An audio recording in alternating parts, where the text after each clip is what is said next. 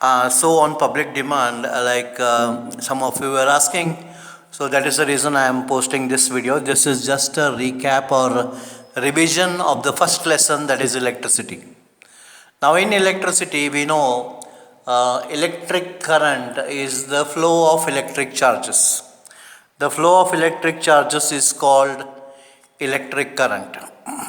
Just like flow of air is called air current, flow of water is called water current. In the same way, flow of charges, electric charges, is called electric current. Now, in a conductor, electrons can flow freely. These are the charges which can flow. Okay, because they are outside the nucleus. Now, the flow of electric current, the direction of electric current is taken opposite to the flow of negative charges. Electrons are negatively charged, that all you know that. So, the direction of electric current is taken opposite to the flow of negative charges and is in the same direction as the flow of positive charges. It is just like saying if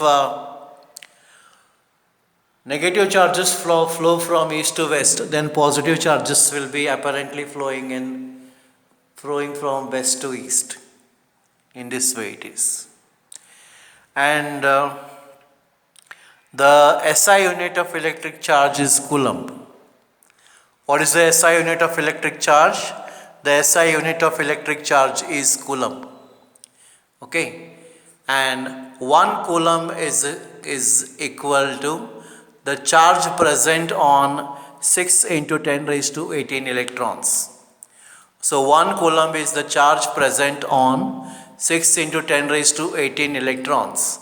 And the charge present on each electron, okay, the charge present on each electron is 1.6 into 10 raised to minus 19 coulombs. From this you can calculate how many electrons are present in any given charge in coulombs. Okay, let us try one sum.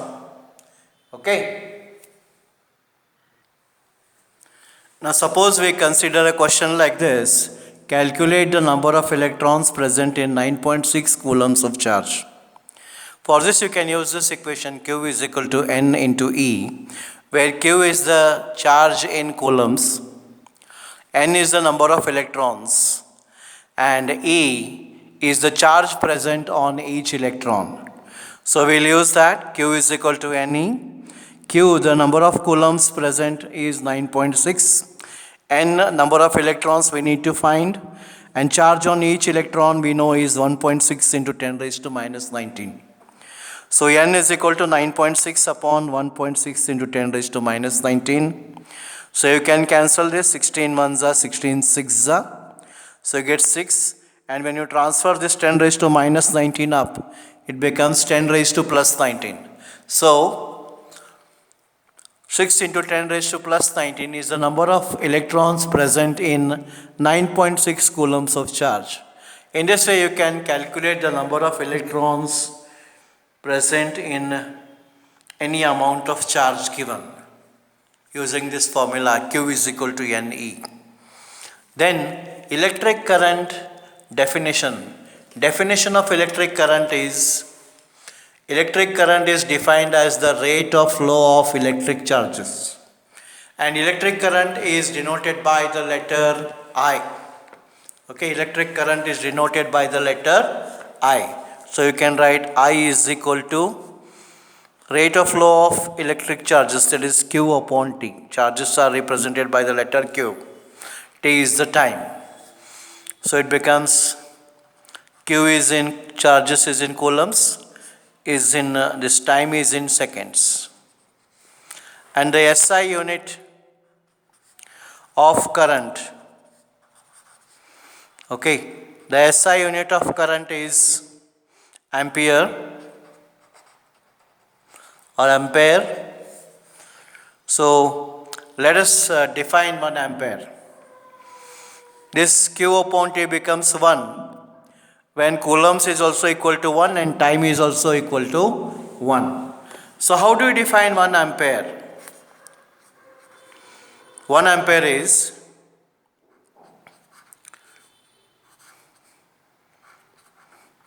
okay. So how do we define 1 ampere?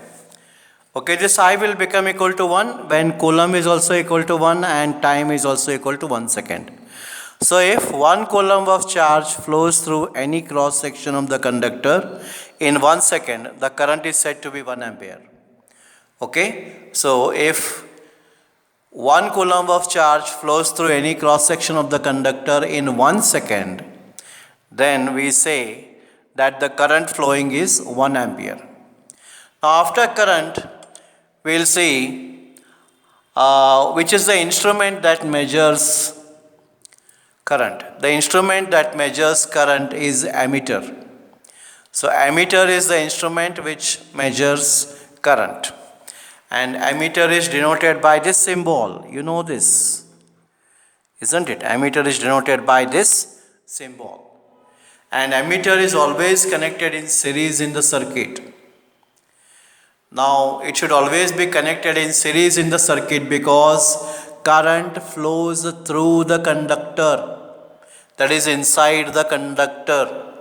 This is the reason why the ammeter should always be connected in series in the circuit wherever you want to measure the current. So ammeter is an instrument which measures current. So this is current flows through the conductor. As a result, wherever you need to measure current, ammeter has to be connected in series. Okay.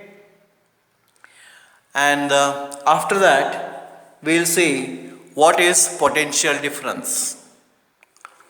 So how do we define potential difference? The potential difference is the amount of work done in bringing unit positive charge from one point to another. So potential difference is the amount of work done in bringing unit positive charge from one point to another.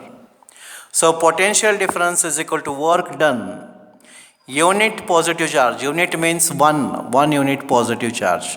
So it will be work done upon number of coulombs, because it is work done per coulomb of charge or per charge.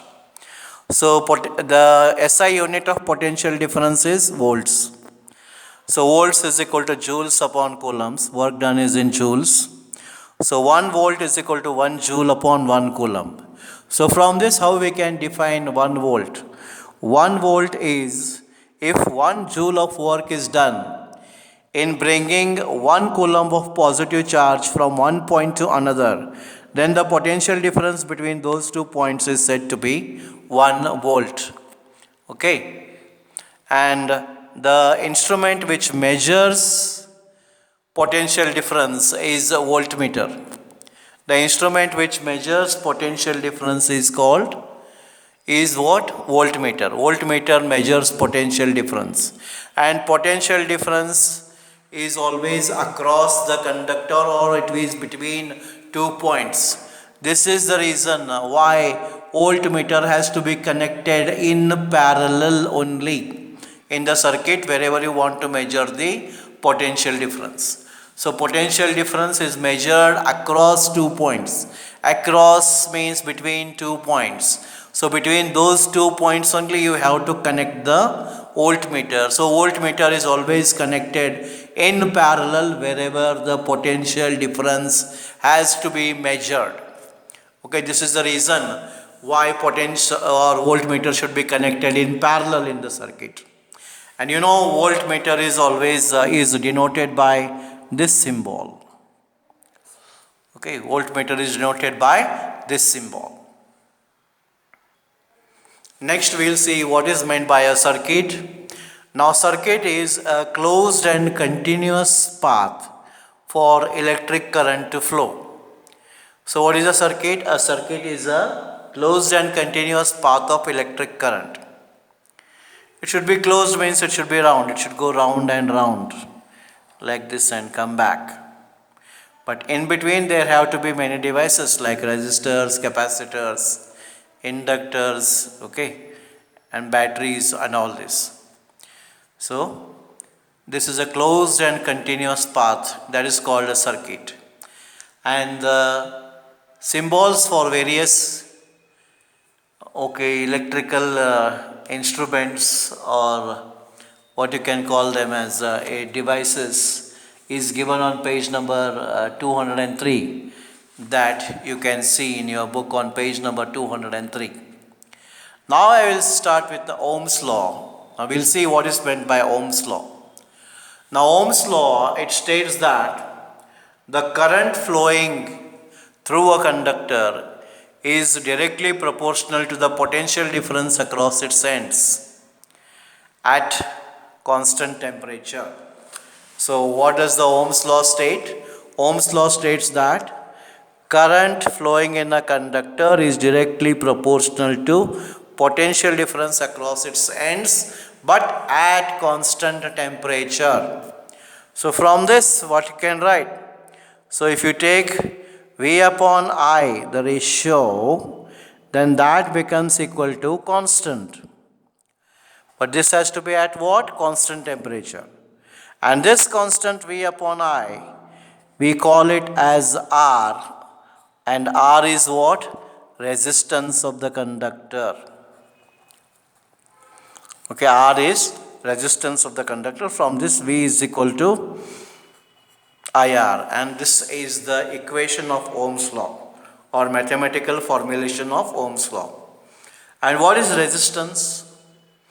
Resistance is the property of the conductor to oppose the flow of electric charges. What is resistance? Resist means to oppose. Okay, resist means to oppose, and resistance means it is the property of the conductor to oppose the flow of current through it. So what is resistance? Resistance is the property of a conductor to oppose the flow of electric current through it. This is actually resistance. Okay. So resistance is the property of the conductor to oppose the flow of current through it. This is resistance, and resistance unit, SI unit of resistance is ohms, and ohms symbolic representation is this. Okay. Now how do we define 1 ohm? Okay, that we'll just see now.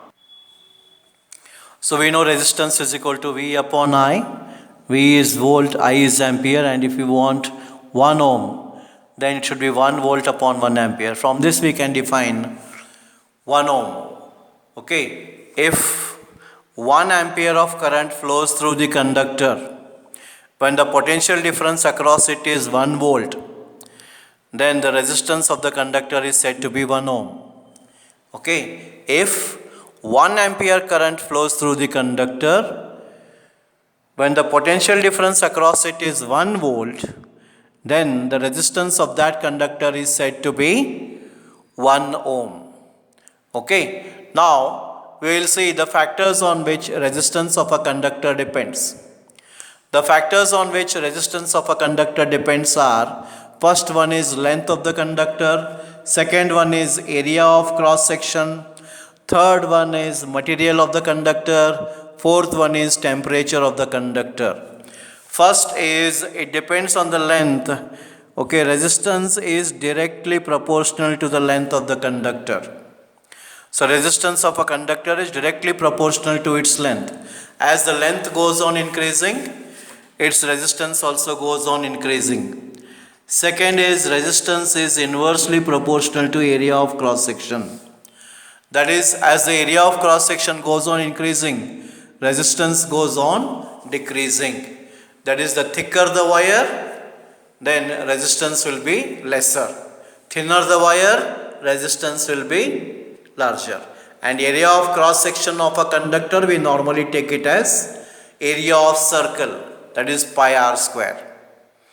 Okay, and it also depends on the material of the conductor. Material of the conductor means of which material it is made up of. If it is made up of copper, then its resistance will be different. If it is made up of what you can say iron, it will be something else. If it is made of aluminum, it will be something else. If it is made of gold, it will be something else. So different materials have different resistances. That is, resistance depends on the material of the conductor. Next is, it also depends on the temperature. It is directly proportional to temperature. So resistance is directly proportional to temperature. As the temperature goes on increasing, resistance also goes on increasing. Okay, so if you combine these both, you get R proportional to L upon A, and R is equal to rho L upon A, where rho is a constant of proportionality, and constant of proportionality we call this as resistivity or specific resistance. Okay, we call this resistivity or what? Specific resistance. So we will stop here for today, and in the next class I will continue with the next portion, that is what you can say the continuation of this. From here I will continue from where I stopped this. Okay, so that like two classes in a week for physics, live classes are enough. We don't need offline classes. So these offline classes I will post for you all. Okay, don't worry, so that you will have a revision like, right? Okay, thank you so much.